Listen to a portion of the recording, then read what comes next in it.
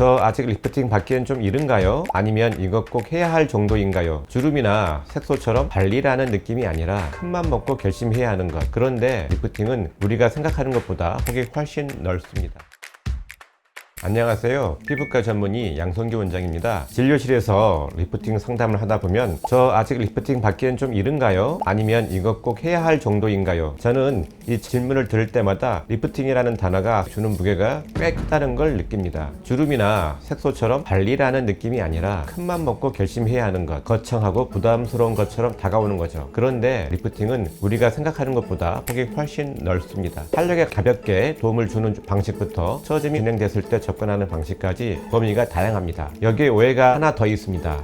리프팅은 나이가 많이 든 다음에야 하는 것이라고 생각하는 분들이 적지 않습니다. 하지만 탄력이 떨어지기 시작하는 시점은 사람마다 꽤 다릅니다. 자외선 노출이나 생활습관, 피부 타입에 따라 생각보다 이른 시기부터 신경 쓰이는 경우도 있습니다. 어떤 변화가 보일 때 리프팅을 고려하면 좋은지, 종류는 크게 어떻게 나뉘는지, 시술은 어떻게 진행되고 효과는 언제부터 느껴지는지, 그 효과를 오래 유지하려면 무엇이 필요한지까지 하나씩 짚어보겠습니다.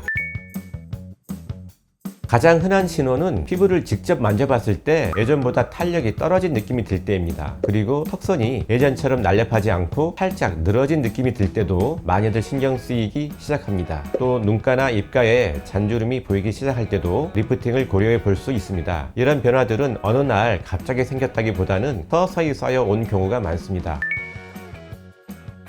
종류가 많다 보니 헷갈리는 게 당연합니다. 크게 나누면 피부 조직에 에너지를 전달하는 방식과 물질을 삽입하거나 주입하는 방식으로 구분할 수 있습니다. 먼저 에너지를 전달하는 방식은 사용하는 에너지 종류에 따라 고주파, 초음파, 레이저로 나눌 수 있습니다. 방식은 달라도 원리는 비슷합니다. 피부 온도를 대략 50도에서 80도 정도까지 올려 피부에 가벼운 열 자극을 준 뒤 재생 반응을 유도하는 방식입니다. 이때 목표로 하는 층은 피부 진피층, 그 아래 피하 지방층, 그보다 더 아래의 근섬유막층입니다. 답으로 물질을 삽입하는 방식의 대표적인 예가 실을 이용한 리프팅입니다. 그 밖에 콜라겐 합성을 유도하는 물질을 주입하는 방법도 있습니다. 각 방식이 어떤 층을 목표로 하는지를 이해하는 게 더 도움이 되겠습니다.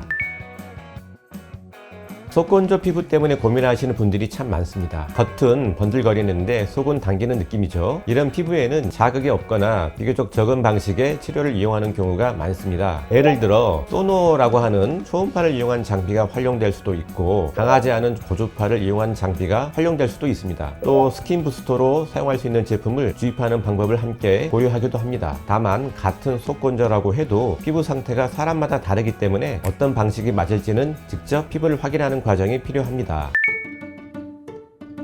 사용하는 장비가 피부 온도를 어느 정도 수준까지 올리는지에 따라 다릅니다. 그에 따라 마취를 하는 경우도 있고 하지 않는 경우도 있습니다. 시술 시간은 대체로 20분에서 30분 정도 걸리는 경우가 많습니다. 실을 이용하는 경우에도 비슷합니다. 통증을 비교적 잘 견디는 분이라면 마취 연고만 바르고 진행하기도 하고, 통증에 민감한 분이라면 국소적으로 마취 주사를 맞고 진행하기도 합니다. 두 가지가 같이 있다고 보시면 됩니다. 즉각적으로 느껴지는 변화가 있고 서서히 나타나는 변화가 있습니다. 즉각적인 변화는 콜라겐의 분자 구조가 변하면서 피부가 좀 더 탄탄하게 당겨지는 듯한 느낌이 드는 경우입니다. 그리고 피부가 재생되는 과정에서 나타나는 변화는 좀 더 시간이 필요합니다. 실을 이용한 리프팅의 경우에는 처진 피부가 올라가는 변화를 비교적 빨리 확인하기도 합니다. 다만 한 달 정도에 걸쳐 실이 자리를 잡으면서 좀 더 자연스러운 모습으로 정리되는 경우가 많습니다. 목이나 이중턱 부위도 많이 시술받는 부위입니다. 다만 부위에 따라 처진 정도와 원하시는 모습에 따라 사용하는 장비나 방법이 달라지게 됩니다. 그래서 같은 리프팅이라고 해도 얼굴과 목, 이중턱은 접근 방식이 조금씩 다를 수 있습니다. 이 부분도 결국 상태를 직접 확인한 뒤에 방향을 정하는 것이 좋습니다.